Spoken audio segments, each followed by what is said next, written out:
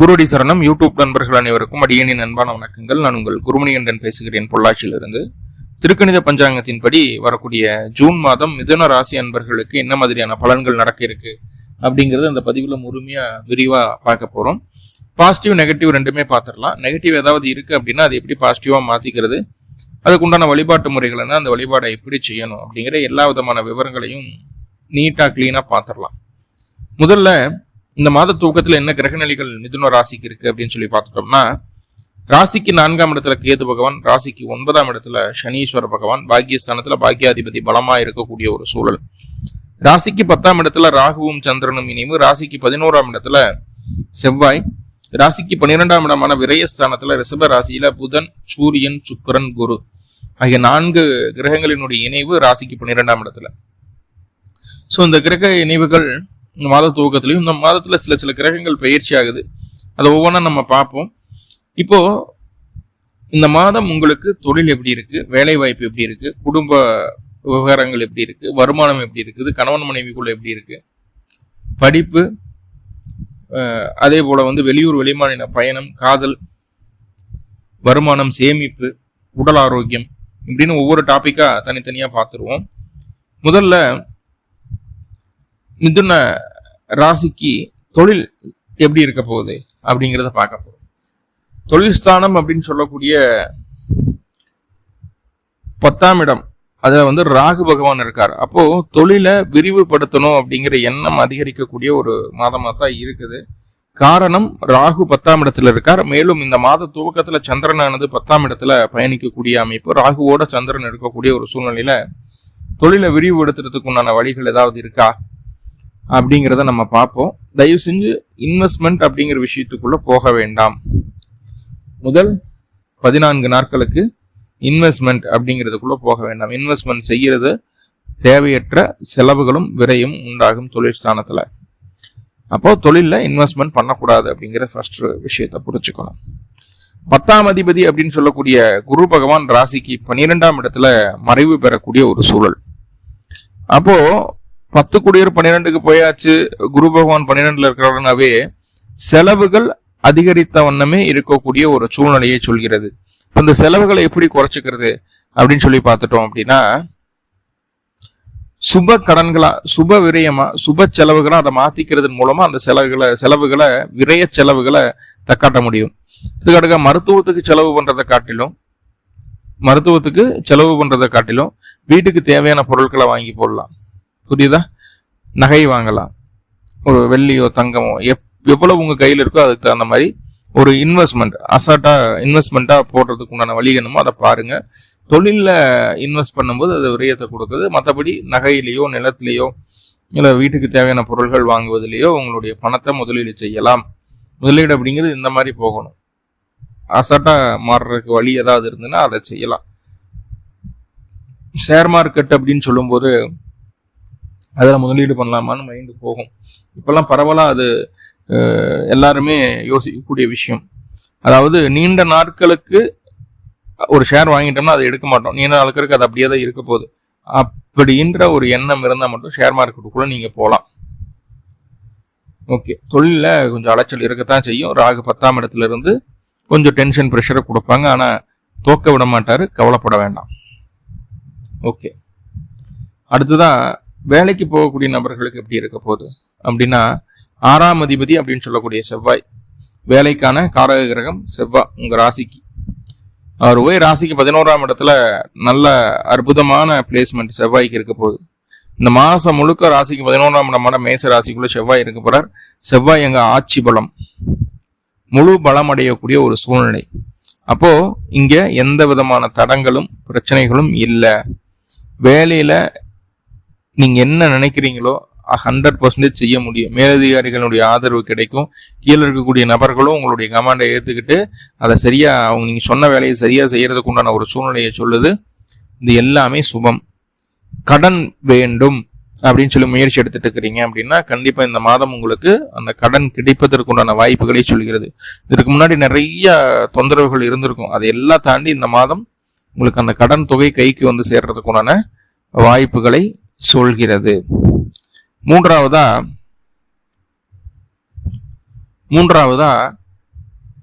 அந்த 6ஆம் அதிபதி அப்படின்னு சொல்லக்கூடிய செவ்வாய் 11ஆம் இடத்துல கேதுவனுடைய நட்சத்திரம் பெற்று கேது 4ஆம் இடத்துல இருக்கக்கூடிய ஒரு சூழ்நிலை இருக்கிறதுனால இங்க என்ன நடக்க போகுது அப்படின்னா, வீட்டின் பேர்ல, நிலத்தின் பேர்ல, வாகனத்தின் பேர்ல கடன் வாங்கலாமா அப்படிங்கிற ஒரு எண்ணம் வரும். இந்த மாதம் முழுக்க அது உங்களுக்கு சாதகமான ஒரு சூழ்நிலையை சொல்வதால் தாராளமாக நீங்கள் அது சம்பந்தமான விஷயங்களுக்குள்ள தைரியமா இறங்கலாம். அது உங்களுக்கு சப்போர்ட் செய்யக்கூடிய ஒரு அமைப்புல தான் இருக்குது. மீண்டும் இப்போ வாங்கக்கூடிய விஷயங்களை, கடனை உங்களுடைய வளர்ச்சிக்காக பயன்படுத்த போறீங்க அப்படிங்கிற விஷயத்தை சொல்லுது. உடல் ஆரோக்கியம் எப்படி இருக்க போகுது இந்த மாசம் அப்படின்னா, 4ஆம் இடத்துல கேது இருந்து உடல் தொந்தரவுகளை கொஞ்சம் கொடுத்துக்கிட்டு தான் இருக்குது. உங்களுக்கு உடல் தொந்தரவுகளை கொஞ்சம் கொடுத்துக்கிட்டு தான் இருக்குது. ஸோ அப்ப இந்த உடல் தொந்தரவுகள் இருந்து நீங்குவதற்கு இந்த மாதம் ஏதாவது வழி இருக்கு அப்படின்னு பார்த்துட்டா பாருங்க. புதன் அப்படின்னு சொல்லக்கூடிய கிரகம் 4ஆம் அதிபதி ஆயிடுறாரு. முதல் 14 நாட்களுக்கு அவருக்கு விரயஸ்தானத்தில் இருக்காரு. அப்போ ஃபர்ஸ்ட் 2 வீக்ஸ் இந்த ஜூன் மாசத்துல உங்களுக்கு அந்த அளவுக்கு ஒரு கேரண்டீடான ரெக்கவரியை கொடுக்காது உடல் தொந்தரவுகள்ல. ஆனா 14ஆம் தேதிக்கு மேல, ஜூன் 14க்கு மேல உங்க ராசிக்குள்ள புதன் வர்றார். புதன் அங்க ஆட்சி பலமாகிறார். எந்த பாவகிரகங்களுடைய பார்வை சேர்க்கையும் அந்த புதனுக்கு கிடையாது. 4ஆம் அதிபதி பலமாகிறார். 4ஆம் வீட்டுக்கு குருவின் பார்வை இருக்குது. 4ஆம் அதிபதியும் குருவை கடந்து பலம் பெற்று உட்காரக்கூடிய ஒரு சூழல், ஆட்சி பலம். அப்ப இங்க என்ன நடக்க போகுது அப்படின்னா, உடல் தொந்தரவுகள் படிப்படியாக நீங்கும். 14ஆம் தேதிக்கு மேல நீங்க ஒரு நல்ல ஸ்பீட் ரெக்கவரி அடையிறதுக்குண்டான வாய்ப்புகளை சொல்கிறது. இப்ப படிப்பு சம்பந்தமான விஷயங்கள் நல்லபடியா இருக்குமா அப்படின்னு கேட்டா, 2ஆம் அதிபதி சந்திரன் இந்த மாத துவக்கத்துல ராகுவோட நீ இருக்கிறது குழந்தைகளுக்கு கொஞ்சம் படிப்பு மந்தமாகக்கூடிய ஒரு சூழ்நிலையை சொல்லுது. அது கொஞ்சம் கடந்துதான் வரணும் அப்படிங்கிற அமைப்பை சொல்லுது. ஆனா 4ஆம் இடத்திற்கு கேதுவினுடைய அமர்வு இருக்குது, குருவினுடைய பார்வையும் இருக்குது. கூடவே 4ஆம் அதிபதி புதன் பலமாகக்கூடிய ஒரு சூழலும் சொல்கிறது. இப்ப படிப்புக்காக வெளியூர் வெளிமாநிலம் போகணும், சொந்த இடத்தை விட்டு, சொந்த ஊரை விட்டு, சொந்த பூர்வீகத்தை விட்டு வெளியில போறதுக்குண்டான முயற்சிகளை செய்துட்டு இருக்கிறீங்க. ஹாஸ்டல்ல இருந்து படிக்கணும், இல்லை வெளிநாட்டுக்கே போய் படிக்கணும் அப்படின்ற மாதிரி முயற்சிகள் செய்துட்டு இருக்கிறீங்க. உங்களுடைய சுய ஜாதகத்துல புதனுடைய தசாபுத்தி நடந்துட்டு இருந்ததுன்னா முதல் 14 நாட்களுக்குள் உங்களுக்கு வெளியூர் வெளிமாநிலம் வெளிநாட்டில் படிப்பிற்காக சில மாற்றங்களை செய்ய வேண்டிய ஒரு அமைப்புகள் இருந்தது அப்படின்னா கண்டிப்பா அது நடந்துடும். அது உண்டான முயற்சிகளை எடுத்தா மட்டும் போதுமானது. கண்டிப்பா அது உங்களுக்கு பாசிட்டிவான ஒரு அமைப்புக்குள்ள நிற்கக்கூடிய ஒரு சூழ்நிலையை சொல்கிறது. அடுத்ததான்